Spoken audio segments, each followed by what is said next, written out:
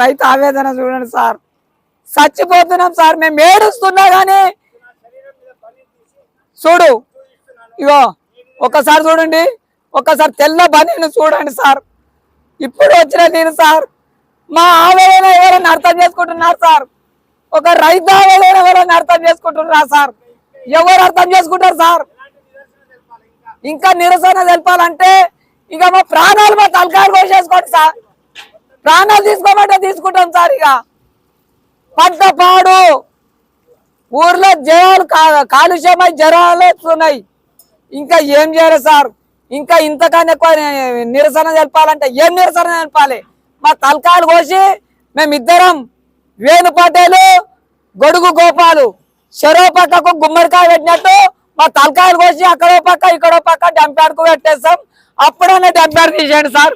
గౌరవనీయులైన ముఖ్యమంత్రి గారు, మీరు మన అన్న మేము ఈ రోజు కాదు లైవ్లు పెట్టబట్టి ప్రెస్కి ఇవ్వబట్టి దాదాపు 3 నెలల సంది 6 నెలల సంది పోరాటం చేస్తే అప్పుడు పోలీసులతో కొట్టించారు. ఈ రోజేమో కోట్ల రూపాయల మిషన్లు సార్, కోట్ల రూపాయల మిషన్, ఇంట్లో ఒక మిషన్ సార్, అందులో ఒక మిషన్ సార్, అక్కడ ఒక మిషన్, అందులో 2 మిషన్లు సార్. ఒక్కొక్క మిషన్ 1,20,00,000 పెట్టి తీసుకొచ్చారు సార్. 4 మిషన్లు 4,80,00,000 మిషన్లు. ఈ షెడ్డుకు సంబంధించి ఈ ఎలక్ట్రిషియన్ సంబంధించి దాదాపు ఈ డంప్యార్డ్ 10 కోట్ల రూపాయలు ఖర్చు పెట్టారు సార్.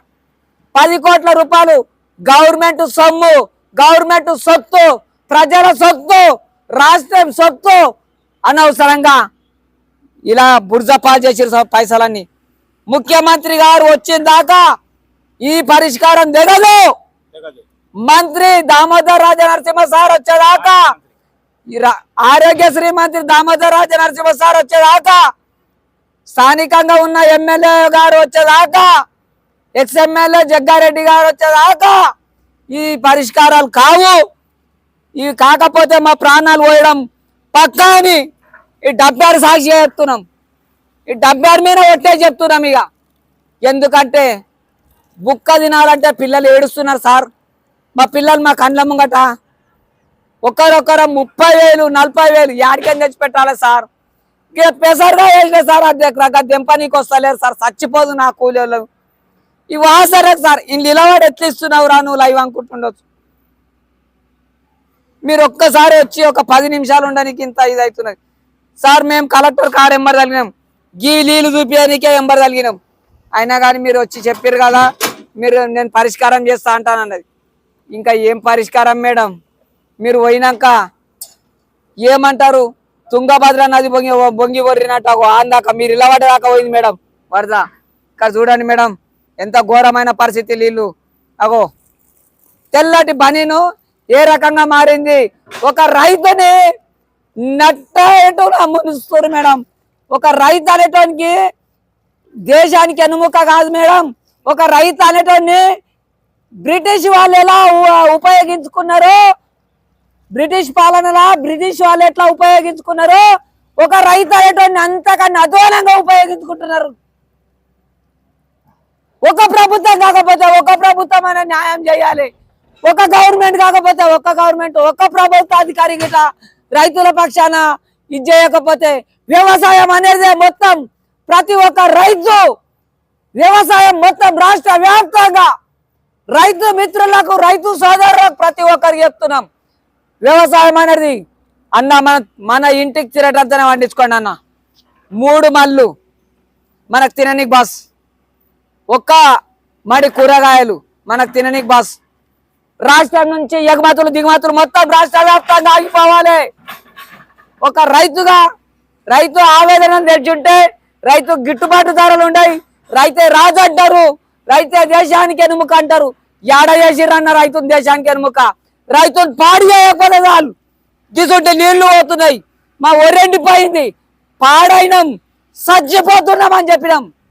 పట్టించుకునే నాదులు లేరు. ఒక్కొక్క ఆఫీసరు కలెక్టర్ అమ్మకు బాగా చెప్పుకుందామంటే పోలీస్ అధికారులు సోదరులు వాళ్ళ డ్యూటీ వాళ్ళు చేసిర్రు, వాళ్ళ దగ్గర ఉన్న ఆఫీసర్ వాళ్ళ డ్యూటీ వాళ్ళు చేసిర్రు, దొబ్బి పాడేసిర్రు. డంప్యార్డ్ లేక ఎక్కడ దొరికితే అక్కడ పడ్డాం. ఏం చేయాలి మా పరిస్థితి? ఏం చేయాలి? గిట్ట పడ్డానికి ఏం చేయాలి? పైసలు ఉన్నట్టున్నాయి పడే ఇంత ఘోరమా మేడం? మేడం నీ దగ్గరకు నువ్వు వస్తే పరిష్కారం ఖచ్చితంగా అవుతుందని ఆశపడ్డాం మేడం. మేము కొండంత ఆశపడ్డాం మేడం, రైతులం అందరము. ఎంత ఆనందం అంటే అంత ఆనందం. ఇప్పుడు నువ్వు వచ్చిపోయినందుకు ఇట మాకు మీ కలెక్టర్ గారు మీరు వచ్చిపోయారు కదా మేడం, వచ్చిపోయినందుకు సంతోషం. కానీ మేము వచ్చిన మీ కాళ్ళ దగ్గరికి ఒక్కసారి దిగొచ్చి ఇక వీళ్ళు కట్ట తెంపేసిన ఈ కట్ట వరదని ఒక్కసారి మీ కన్నతో చూస్తే మేడం మాకు డంపాడు విషయం కాదు మేడం, ఎంత సంతోషం అవుతుందనే మీరు వీళ్ళని మున్సిపాలిటీ అధికారులు ఏమైనా ఎంత కఠినంగా చర్య తీసుకుంటుందో మీకే తెలుస్తున్నాయి మేడం. ఇప్పుడు నేను ప్రెస్ మిత్రులకు అందరికీ పెట్టడం జరుగుతుంది. రేపు దయచేసి ఎలక్ట్రానిక్ మీడియాకు, సోషల్ మీడియాకు, ప్రతి ఒక్క మిత్రునికి ప్రతి ఒక్కరికి మేము విన్నవించుకునేది ఏమిటంటే మా రైతుల బాధ మీ పత్రికల ద్వారా కానీ, మీ సోషల్ మీడియాల ద్వారా కానీ, మీ ఎటువంటి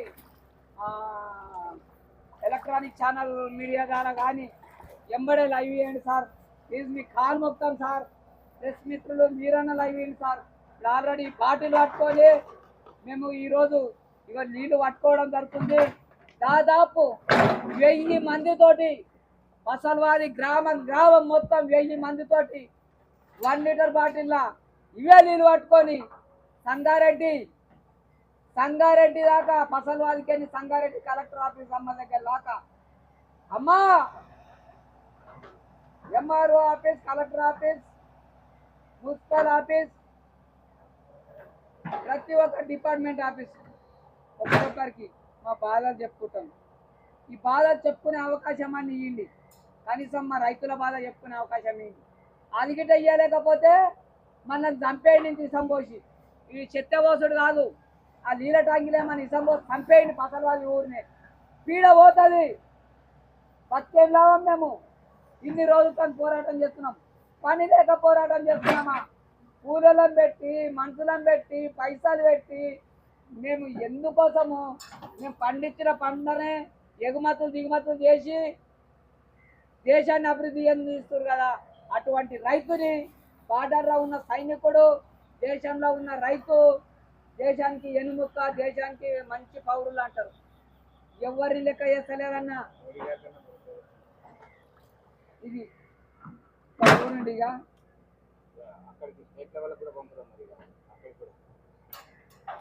ముఖ్యంగా మేము ఇప్పటిదాకా ఈ డంపాడు ఈ తెలంగాణ రాష్ట్ర వ్యాప్తంగా అయితేనే చాలు అవుతుంది అనుకున్నాం. మేము ఎంపీల ద్వారా కూడా, పార్లమెంట్ ఎంపీల ద్వారా కూడా దయచేసి నరేంద్ర మోడీ దాకా కేంద్ర మంత్రుల ద్వారా, మా రాష్ట్ర కేంద్ర మంత్రులు ఉన్నారు, మంత్రివర్యులు ఈటెల రాజేందర్ గారు ఉన్నారు, బండి సంజయ్ అన్న గారు ఉన్నారు. వారి ద్వారా గిట మోడీ, ప్రధానమంత్రి మోడీ దగ్గర దాకా ఈ విషయం వెళ్ళాలని చెప్పేసి మేము స్పష్టంగా ఈ వీడియో ద్వారా మోడీకి వెళ్ళాలి.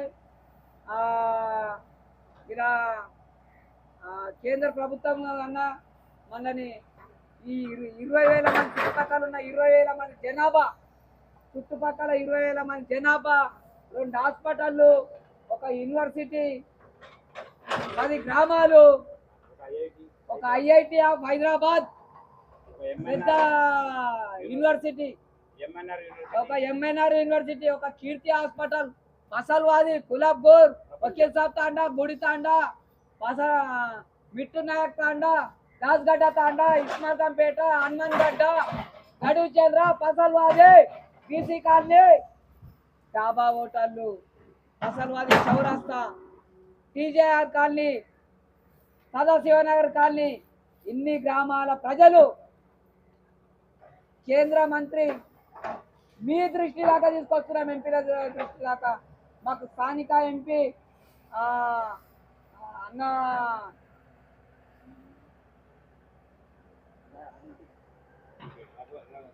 రఘునందన్ అన్న, మీ కాల్ మొత్తం అన్న కేంద్రం దృష్టికి తీసుకెళ్ళన్నా రఘునందన్ అన్న. మీకు వచ్చి మేము కలుస్తామన్న రఘునందన్ అన్న, మీ దగ్గరకు వస్తాం. మరియు దామోదర్ రాజనరసింహన్న దగ్గర పోతాం. 5 మందికి రైతులకు ఇవ్వకండి అవకాశం. ఒక మాకు ఏమిటి అంటే మాకు ఒక అపార్ట్మెంట్ ఇవ్వండి అన్న, మాకు గోశాల నుంచి మేము వస్తామన్నా, మాకు ఒక అవకాశం ఇవ్వండి, ఒక్క అవకాశం ఇవ్వమని చేతులెత్తి ఒక రైతు పిచ్చబడినట్టు అనుకుంటున్నామన్నా. పిచ్చగాడు అయిపోయాడు రాష్ట్రంలో రైతు. జై జవాన్ జై కిసాన్ భారత్ మాతాకి జై. ఇన్ని రైవులు ఇచ్చినా కానీ జై జవాన్ జై కిసాన్ భారత్ మాతాకి జై అనేటోడిని నేను ఒక్కడే మీడియాలల్లా. రైతు ఒక్కడే జై జవాన్ అంటే ఎందుకు పెట్టింది జై జవాన్ జై కిసాన్ అని? జవాన్ అంటే బార్డర్ పోరాటం చేసి మనం కాపాడుతున్నాడు వేరే వ్యక్తులతో, వాళ్ళ ప్రాణత్యాగం చేసి. జై కిసాన్ అంటే భూమిలో 5 వేలు దొరించి ఆయన ప్రాణ త్యాగం చేసి పంట పండించి అందరికి దేశమంతా అన్నం పెడుతున్నాడు, ఎగుమతులు చేస్తున్నాడు. కాబట్టి జై జవాన్ జై కిసాన్ భారత్ మాతకి జై అని ఇంతటితో నన్ను ముగిస్తున్నా. ఎందుకంటే నేను మాట్లాడి 3 నెలల నుండి లైవ్లు ఇచ్చి ఘోషపడుతుంటే లాస్ట్కి వస్తే పటేల్ వచ్చిండు నాకు సహకరించడానికి. పటేలు పూర్తిగా నిమ్మగా నాటేసిన సంది అయితే మొత్తం ఆయన పరిస్థితి ఎటువంటి పరిస్థితి, ఆయన ఇక్కడ ఉండే క్యాండిడేటే కాదు, ఆయన జాబ్ ఎటువంటిది, ఆయన స్థాయి ఎటువంటిది, ఆయన విలువ ఎటువంటిది, కనీసం ఆయన ఏజీ కన్నా విలువ ఇయ్యలేరు వచ్చిన అధికారులు. కనీసం మా రైతుల కన్నా ఒక్క మాట, రైతుల సమస్య ఏమున్నది, రైతుల గురించి ఇరికి వచ్చారు, రైతుల సమస్య ఏమున్నది, అసలు ఎందుకోసం ఇదంతా లొల్లి పెడుతున్నారు, పేపర్లకి ఏమో చూస్తున్నారు, ఏమున్నది రైతుల పక్కన, రైతుల సమస్య ఏమున్నదని ఒక్క రైతుని ఎవరన్నా వచ్చి ఏ ఆఫీసర్ అని అడిగిరా ఇప్పటిదాకా? పెద్ద డబ్బాడ్లా మేము తిరుగుతున్నాం ఇద్దరమే. ఇగో కుక్క చచ్చిపోయినాయి.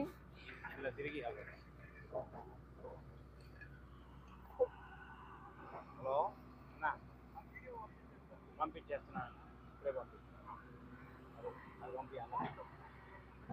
అదే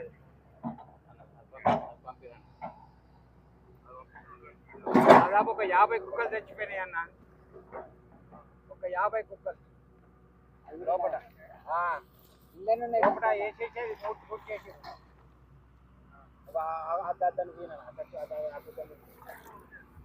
అన్నా ఇవాళ పంపించేస్తున్నాను.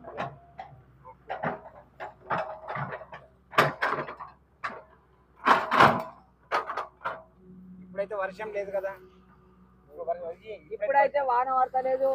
సూర్య భగవాను చూడండి, వాన లేదు. వాన బంద్ 3 రోజులు అవుతుంది.